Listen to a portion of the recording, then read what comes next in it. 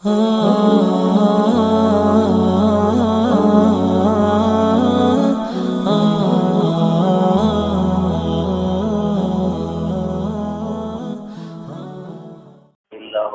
مضل له ومن يضلل فلا هادي له ونشهد أن لا إله إلا الله وحده لا شريك له ونشهد أن سيدنا ومولانا محمدا عبده ورسوله أما بعد فأعوذ بالله من الشيطان الرجيم بسم الله الرحمن الرحيم ولا تقولوا لمن يقتل في سبيل الله أموات بل أحياء ولكن لا تشعرون صدق الله مولانا العظيم وبلغنا رسوله النبي الكريم ونحن على ذلك من الشاهدين الشاكرين والحمد لله رب العالمين اللهم صل على محمد وعلى آل محمد كما صليت على إبراهيم وعلى آل إبراهيم إنك حميد مجيد اللهم بارك على محمد وعلى آل محمد كما باركت على إبراهيم وعلى آل إبراهيم إنك حميد مجيد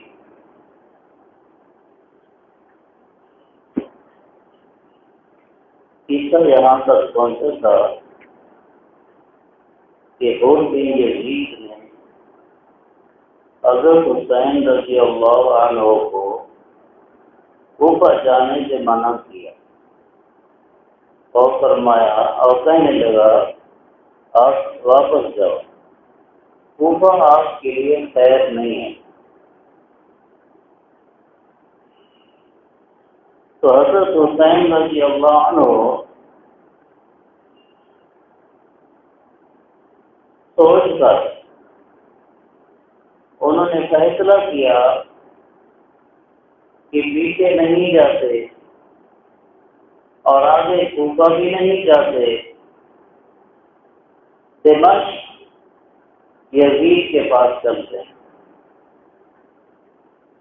ملک شام کا ایک شہر ہے دمشق، وہاں یزید وہ دارالحکومت ہے یزید کا، تو اس کے پاس جاتے ہیں۔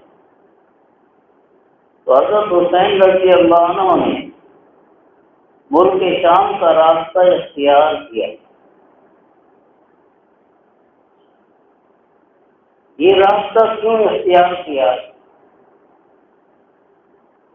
کہتے ہیں کہ پہلے تو انہیں یہی خیال تھا کہ یزید کی حکومت پوری قائم نہیں ہوئی، اس لیے وہ کوفہ جا رہے تھے اور کوفہ والوں کی جو درخواست تھی کہ آپ ہمارے امام بن جائیں، تو چلو ان کے حالات کو دیکھ لیتے ہیں، اس لیے کوفہ جا رہے تھے۔ اب حالات سے اندازہ ہو گیا کہ یزید کی حکومت پکی ہو گئی ہے، قائم ہو گئی ہے، اس لیے اب سوچا کہ اب صورت یہ ہے کہ جن کوتاہیوں کی وجہ سے ہم کوفہ کا سفر کرنے کے لیے چلے، وہ یزید کے پاس پہنچ کر بات چیت کے ذریعے سے وہ کوتاہیاں دور ہو سکتی ہیں۔ اس لیے حضرت حسین رضی اللہ عنہ نے کوفہ کی طرف سفر شروع کیا۔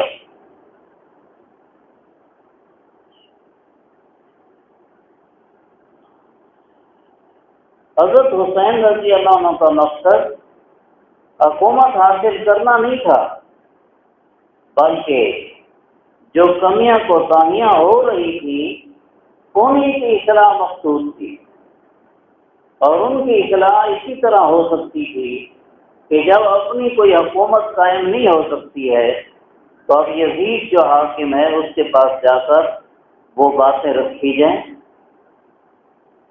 اور اس کو سمجھایا جائے، اور امید ہے کہ وہ سمجھ جائے گا۔ لیکن عبید اللہ بن زیاد جو سخت مزاج تھا،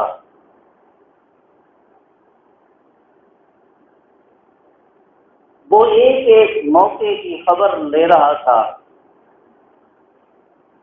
جب اسے پتہ چلا کہ حضرت حسین رضی اللہ عنہ دوسرا راستہ اختیار کر کے شام کی طرف جا رہے ہیں، تو ابن زیاد، عبید اللہ بن زیاد یہ چاہتا تھا کہ میری جرنیلی کا نام ہو۔ کئی جرنیل جیتی ہوتے ہیں نا، آٹھ دھرم، تو وہ چاہتا تھا کہ اگر سیدھا یزید کے پاس حضرت حسین رضی اللہ عنہ چلے گئے تو میرا نام تو نہیں ہوگا، مجھے جرنیلی پر شاباش تو نہیں ملے گی، اور شاباش کی صورت تب ہے کہ حضرت حسین رضی اللہ عنہ کو گرفتار کیے جائیں، اور گرفتار کر کے عبید اللہ بن زیاد کے پاس حضرت حسین کو لایا جائے، اور پھر عبید اللہ بن زیاد کے ہاتھ پر حضرت حسین رضی اللہ عنہ بیعت کریں۔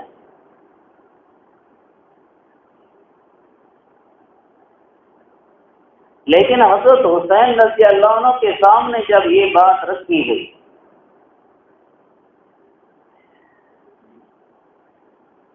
تو حضرت حسین رضی اللہ عنہ نے یہ پسند نہیں کیا کہ عبید اللہ بن زیاد کے ہاتھ پر بیعت کریں۔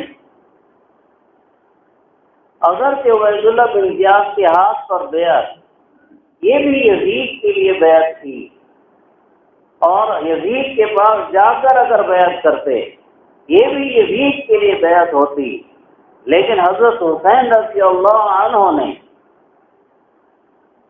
دیکھا کہ عبید اللہ بن زیاد کے ہاتھ پر بیعت کرنے سے وہ کوتاہیاں تو دور نہیں ہوں گی جن کوتاہیوں کے لیے وہ یہ صبر کر رہے ہیں، جن کوتاہیوں کو دور کرنے سے، جن سیاسی اصلاحات کو نافذ کرنے کے لیے وہ یہاں تک وہ سفر کر رہے ہیں اتنا لمبا، وہ عبید اللہ بن زیاد کے ہاتھ پر بیعت کرنے سے تو حال نہیں ہوں گی جب تک کہ ان کی بات خود یزید سے کر نہ لی جائے۔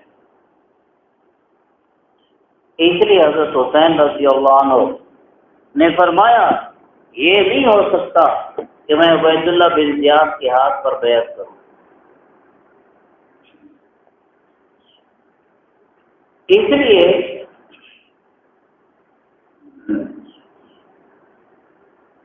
جب عبید اللہ بن زیاد کو پتہ چلا کہ حضرت حسین رضی اللہ عنہ دوسرے راستے پر ہیں، اور انہوں نے حضرت حسین رضی اللہ عنہ دوسرے راستے پر ہیں اور انہوں نے یزید عبید اللہ بن زیاد کے ہاتھ پر بیعت نہیں کی، تو عبید اللہ بن زیاد کو غصہ آیا، تو اس نے ایک شخص ہے عمر بن سعد،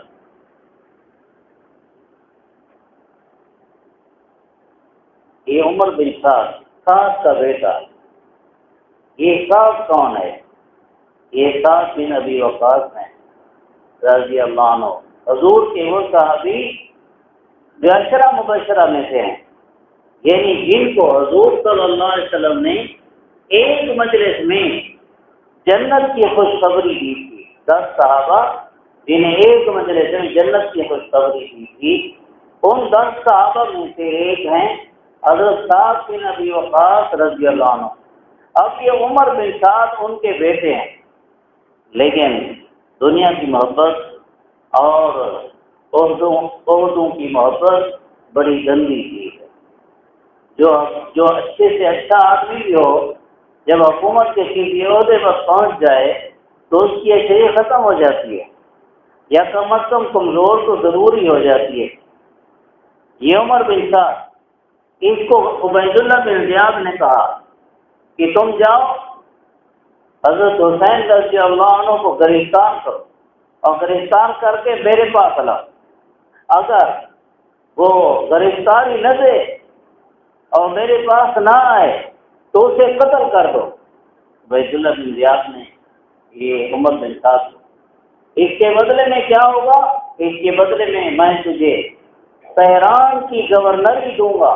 تہران کو اس وقت کہتے تھے رائے، تہران یہ ایران میں ایک بڑے شہر کا نام ہے۔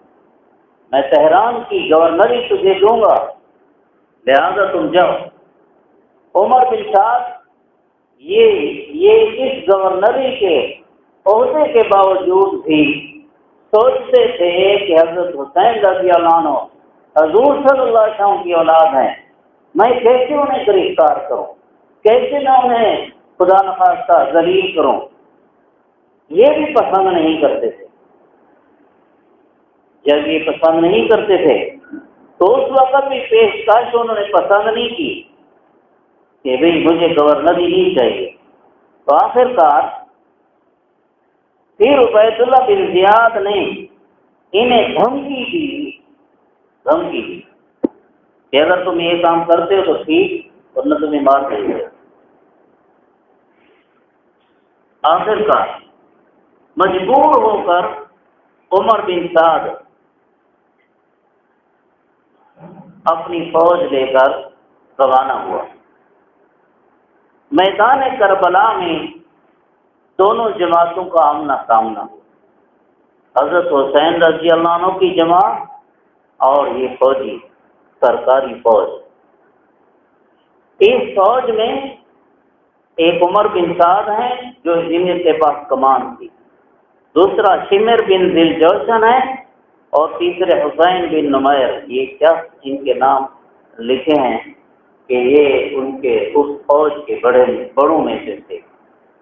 جب حضرت حسین رضی اللہ عنہ اور ان کا آمنا سامنا ہوا تو حضرت حسین رضی اللہ عنہ نے ان سے بات کی تھی اور ان کو اللہ کا واسطہ دیا، دین کا واسطہ دیا، اور کہا مجھے یزید کے پاس جانے دو، میں خود ان سے معاملہ طے کرتا ہوں۔ جب یہ بات ہوئی تو یہ تو اچھا مطالبہ تھا، تو عمر بن سعد اس پر راضی ہو گیا کہ اچھی بات ہے کہ ہم سے یہ لڑائی اور اولاد رسول صلی اللہ علیہ وسلم کا خون ہم سے چلتا ہے، یہ اچھی بات ہے۔ تو یزید کے پاس حضرت حسین رضی اللہ عنہ کو جانے دیا جائے۔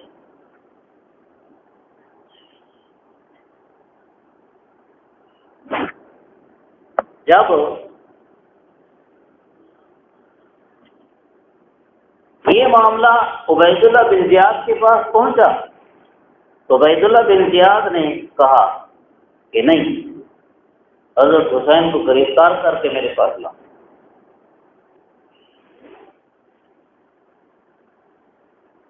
تو جب حضرت حسین رضی اللہ عنہ کو بتایا گیا کہ عبید اللہ بن زیاد اس بات پر راضی نہیں ہے کہ تم یزید کے پاس جاؤ، بلکہ تم عبید اللہ بن زیاد کے پاس پہنچے، تو حضرت حسین رضی اللہ عنہ نے فرمایا اگر یہ بات تمہیں منظور نہیں تو دوبارہ سنو، 3 باتوں میں سے ایک بات اختیار کرو۔ نمبر 1، میں جہاں سے آیا ہوں وہیں واپس جاتا ہوں، مجھے جانے دو۔ نمبر 2، یا یزید کے پاس مجھے جانا ہے۔ نمبر 3، مجاہدین اسلام جہاں کہیں کسی سرحد میں لڑ رہے ہیں، مجھے اسلامی سرحد پر جانے دو، میں وہیں کافروں کے ساتھ لڑنے کے لیے چلا جاتا ہوں۔ عمر بن سعد نے تو مان لیا، لیکن عبید اللہ بن زیاد کو جب بتایا گیا اس نے پھر انکار کیا، اس نے کہا نہیں، یہ گرفتاری ہے۔ یہاں پر یہ لکھا ہے کہ عبید اللہ بن زیاد بھی پہلے تو اسی پر راضی ہو گیا کہ چلو ٹھیک ہے کہ 3 باتوں میں سے ایک بات، یعنی کہ چاہے حضرت حسین رضی اللہ عنہ کا قافلہ اسلامی سرحد پر چلا جائے یا یزید کے پاس چلا جائے یا واپس چلا جائے۔ یہ اس پر عبید اللہ بن زیاد بھی راضی ہو گیا، لیکن فوراً شمر نے اسے کہا عبید اللہ بن زیاد کو کہ دشمن تیرے ہاتھ میں آ گیا اور اب تو اس کو گرفتار کر کے جو چاہے منوا سکتا ہے، لیکن تو اسے چھوڑ رہا ہے۔ تو اس کی حرکت دینے پر، شمر کی حرکت دینے پر پھر عبید اللہ بن زیاد نے وہی آرڈر دیا کہ چلو ٹھیک ہے، اس کو حضرت حسین رضی اللہ عنہ کو گرفتار کر کے میرے پاس رکھو۔ جب حضرت حسین رضی اللہ عنہ کے سامنے پھر بات آئی کہ عبید اللہ بن زیاد یہی کہتا ہے کہ بس اسی کے پاس جاؤ، تو حضرت حسین رضی اللہ عنہ نے فرمایا ایسا نہیں ہو، میں عبید اللہ بن زیاد کے ہاتھ پر آگ نہیں دیتا، نہ اس کے پاس جاتا ہوں۔ کیوں؟ اس لیے کہ حضرت حسین رضی اللہ عنہ کو پتا تھا کہ یزید کے پاس بات کرنے سے، اس کے پاس پہنچ کر بات کرنے سے یزید مان جائے گا، لیکن عبید اللہ بن زیاد ایسا سخت مزاج آدمی ہے کہ اس کے سامنے جو بھی بات رکھی جائے گی یہ نہیں مانے گا، اور پھر معاملہ بھی تو یزید سے حل کرنا ہے۔ عبید اللہ بن زیاد کو کیا اختیار ہے؟ وہ تو ایک فوجی گورنر ہے، فوجی جرنیل ہے، بس اس سے زیادہ تو حکومت تو یزید کی ہے، اس لیے بات منوانی یزید سے ہے۔ تو حضرت حسین رضی اللہ عنہ نے فرمایا میں عبید اللہ بن زیاد کے پاس نہیں جاتا۔ آخرکار بات بنتی نہیں لگ رہی تھی، عبید اللہ بن زیاد تک بھی خبریں پہنچ رہی تھی، تو عبید اللہ بن زیاد نے ایک شخص کو بھیجا کہ جاؤ عمر بن سعد کو کہو فوراً حسین اور ان کے ساتھیوں سے لڑائی شروع کرے، ورنہ عمر بن سعد کی گردن اڑا دی جائے۔ اسے پھر دھمکی دی قتل۔ عمر بن سعد نے دھمکی سنی تو جنگ شروع کرنے کا اعلان کر دیا۔ اب میدان کربلا ہے، عمر بن سعد کی فوج ہے، یعنی عمر بن سعد کی کمان ہے۔ جب حضرت حسین رضی اللہ عنہ نے دیکھا کہ بات نہیں بن رہی تو حضرت حسین رضی اللہ عنہ واپس اپنی جماعت کی صفوں کی طرف آئے۔ آپ جبہ پہنے ہوئے تھے، تو آپ جب واپس آ رہے تھے تو آپ کے پیچھے سے ایک شخص تھا عمر طاہری، اس نے آپ کے پیچھے سے تیر چلا دیا، اور یہ ایک طرح سے جنگ کا اعلان تھا۔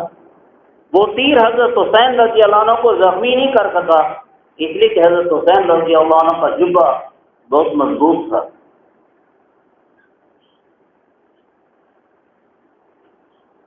یہاں پر پیچھے کی طرف ایک بات آئی تھی، وہ دوبارہ سن لیں۔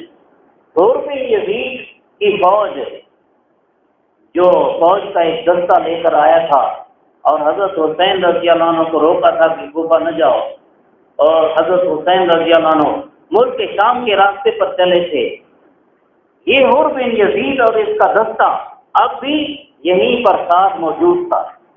جب حر بن یزید نے دیکھا کہ عمر بن سعد کی فوج حضرت حسین رضی اللہ عنہ اور ان کے اہل بیت کے ساتھ لڑائی کیے بغیر نہیں رہ رہی، تو حر بن یزید نے بھی فوج کو سمجھایا، عمر بن سعد کو سمجھایا کہ خدا کے لیے یہ تو دیکھو کہ حضرت حسین رضی اللہ عنہ حضور صلی اللہ علیہ وسلم کے نواسے ہیں، کتنا اونچا رشتہ اونچی نسبت ہے حضرت حسین رضی اللہ عنہ کی حضور صلی اللہ علیہ وسلم کے ساتھ۔ حضرت فاطمہ الزہرا کے لفظ جگر ہے، حضرت علی رضی اللہ عنہ کے بیٹے ہیں۔ تو حر بن یزید کی بات کو انہوں نے نہیں مانا۔ جب نہیں مانا تو حر بن یزید جو عبید اللہ بن زیاد کا بھیجا ہوا تھا، اس نے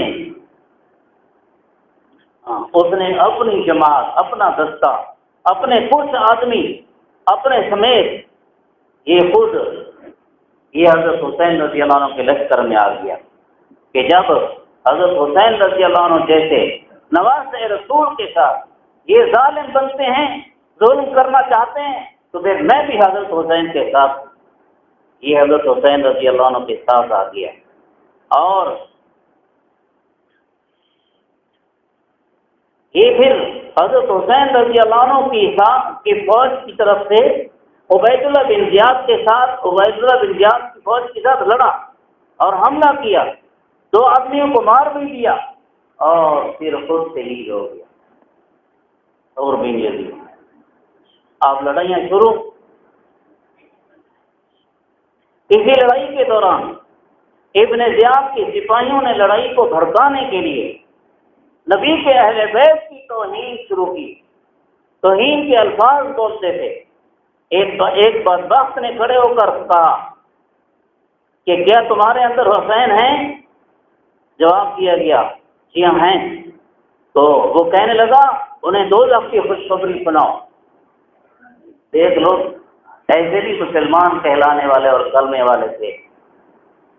حضرت حسین کو اس نے کہا حضرت حسین کو دوزخ کی خوشخبری سناؤ، جسے نبی پاک صلی اللہ علیہ وسلم فرما گئے تھے الحسن والحسین سیدا شباب اہل الجنہ، حسن اور حسین جنتی نوجوانوں کے سردار ہیں۔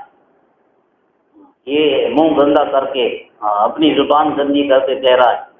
حضرت حسین رضی اللہ عنہ نے فرمایا نہیں، اللہ معاف کرنے والا اور مہربان اور رحیم ہے۔ پھر اس نے پوچھا تو کون ہے؟ وہ جو جواب دینے والا تھا اس نے کہا میں حویزہ کا بیٹا ہوں۔ تو وہ کہنے لگا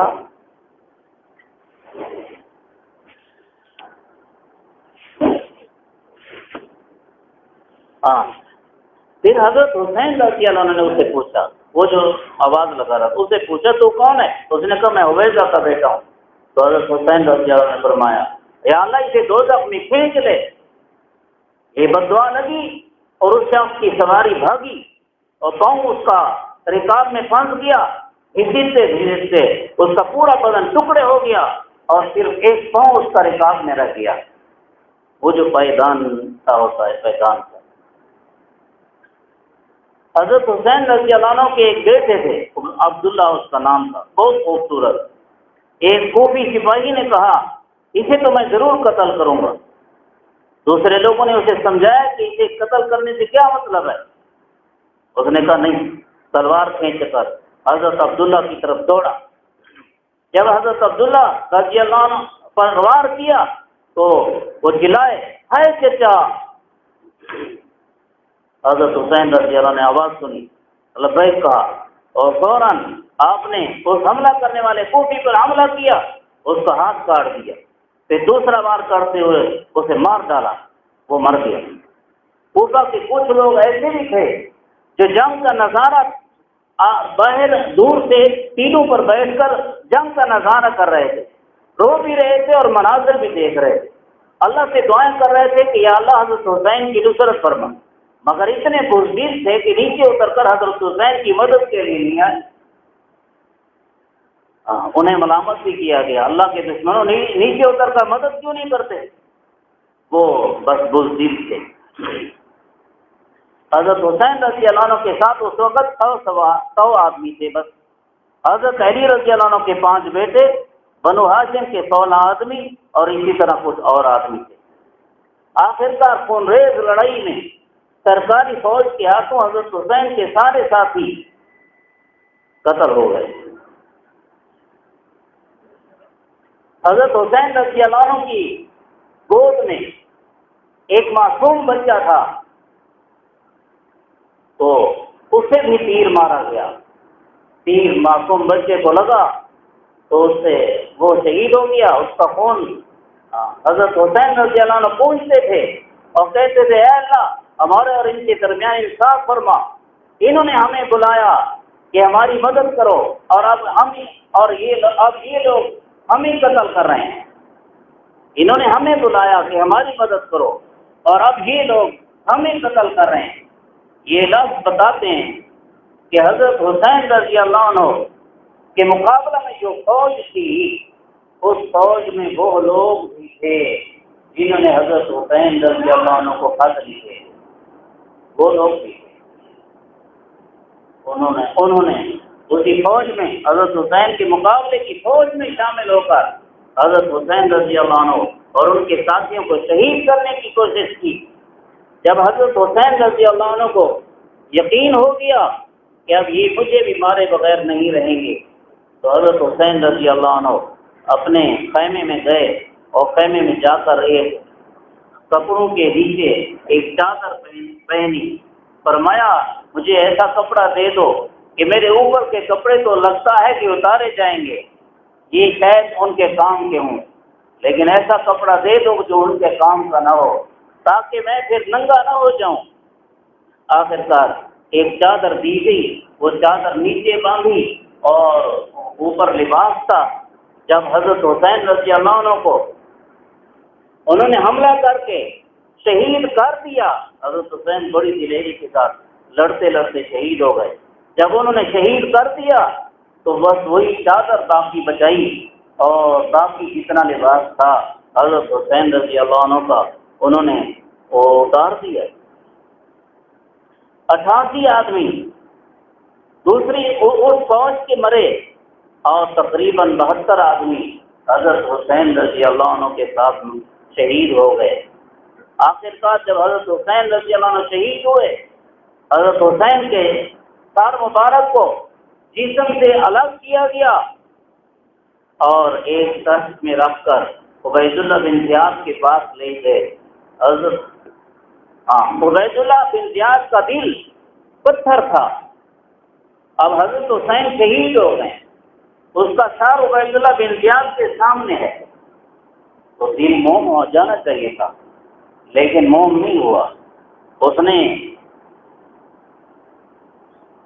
چھڑی سے بال قریدے، کہنے لگے دیکھو ابو عبداللہ، دیکھو ابو عبداللہ کے بالوں میں سفید کیا گیا، ابو عبداللہ امام حسین رضی اللہ عنہ۔ پھر چھڑی ہونٹوں پر رکھی تو حضرت انس رضی اللہ عنہ بیٹھے تھے، انہیں غصہ لگ گیا۔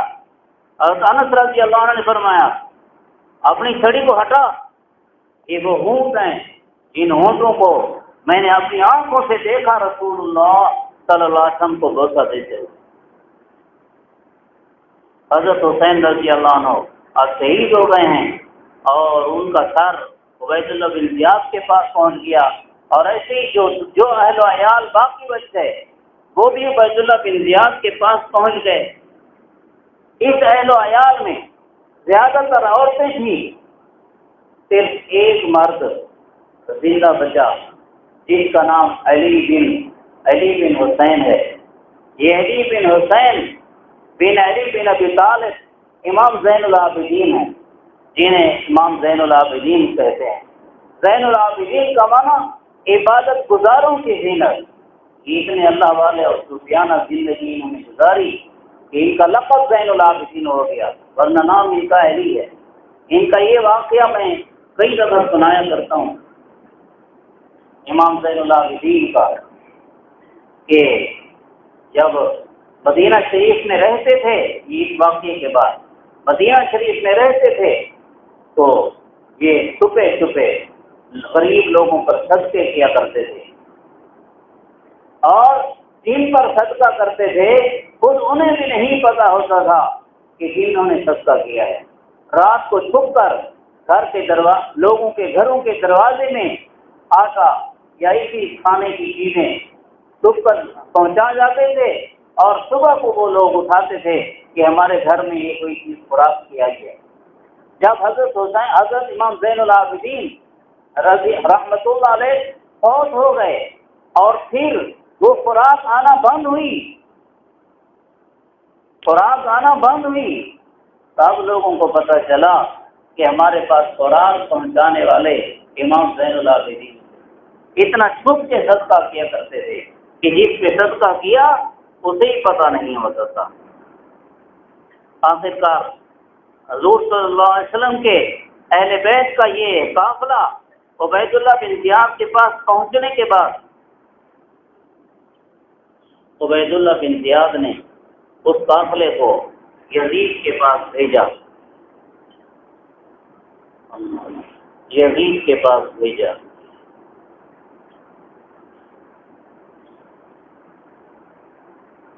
جب یہ نبی کا گھرانہ یزید کے پاس پہنچا تو حضرت معاویہ رضی اللہ عنہ کے گھرانے کی جتنی عورتیں تھیں ساری رو رہی تھیں اور روتے روتے ان لوگوں کے پاس آئیں۔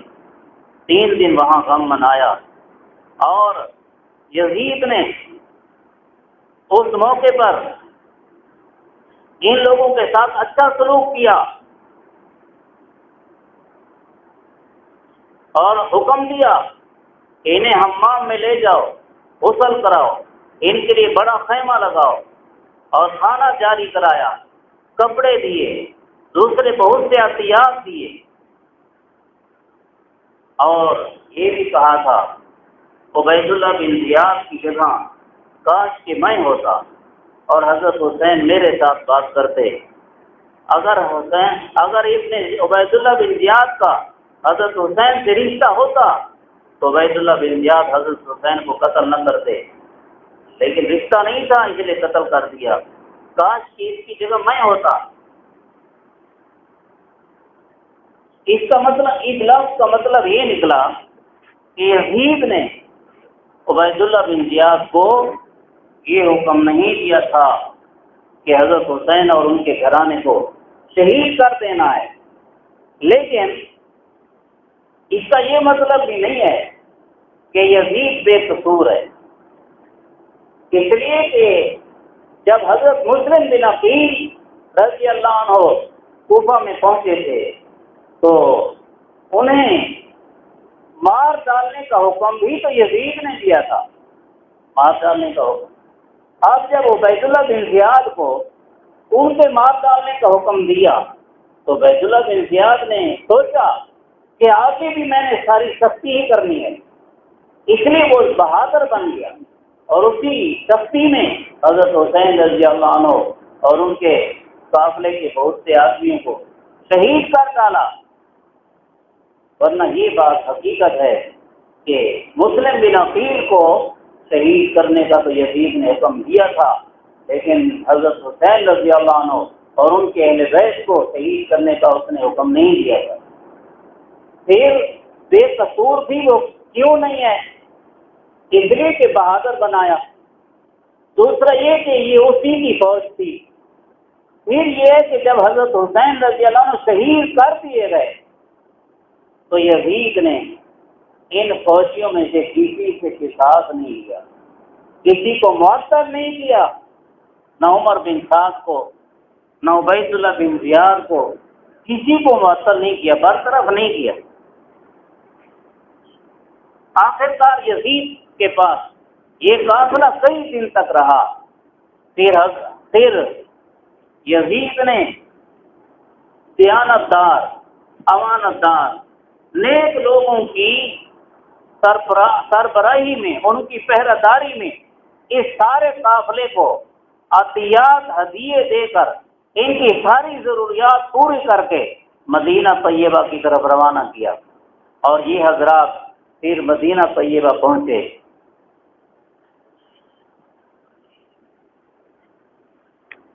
مدینہ طیبہ پہنچ کر ان لوگوں نے اللہ اکبر، جب مدینہ طیبہ پہنچے تو استقبال کرنے والوں میں حضرت حسین رضی اللہ عنہ کی چچا زاد حضرت زینب بنت عقیل بھی تھیں۔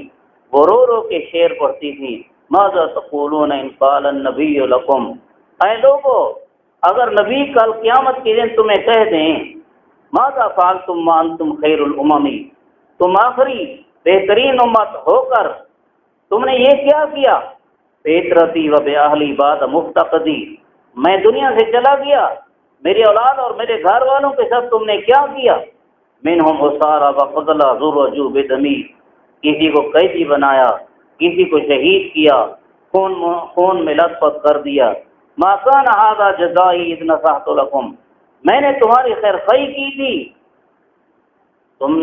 تم نے میری خیر خواہی کا بدلہ یہی دینا تھا، ان تخلفونی بسوء فی ذوی رحمی، کہ میرے بعد میرے رشتہ داروں کے ساتھ بدسلوکی کی۔ یہ حضرت زینب بنت عقیل رضی اللہ عنہا نے شعر کہے۔ اچھا یہاں پر ایک دو بات اور بھی سمجھنے کی ہے، بس یہ قصہ ختم ہے۔ ایک بات یہ کے اوپر آپ نے سن لیا کہ حضرت حسین رضی اللہ عنہ نے فرمایا کہ انہوں نے ہی ہمیں بلایا اور پھر ہمیں قتل کر رہے ہیں، جسے پتہ چلا کہ جن لوگوں نے خط لکھے تھے وہی لوگ بعد میں غدار ہو گئے، جن لوگوں نے خط لکھے تھے۔ اور اب یہ شیعہ سنی دونوں مذہب کی کتابوں میں یہ ملتا ہے کہ خط لکھنے والے کون تھے؟ کوفہ والے لوگ تھے۔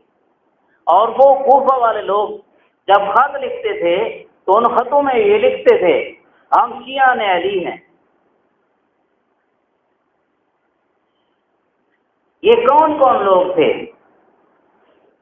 اس کارروائی میں مجرم اور جرم کن لوگوں پر آتا ہے؟ مجرم کون تھے اور کن لوگوں پر آتا ہے؟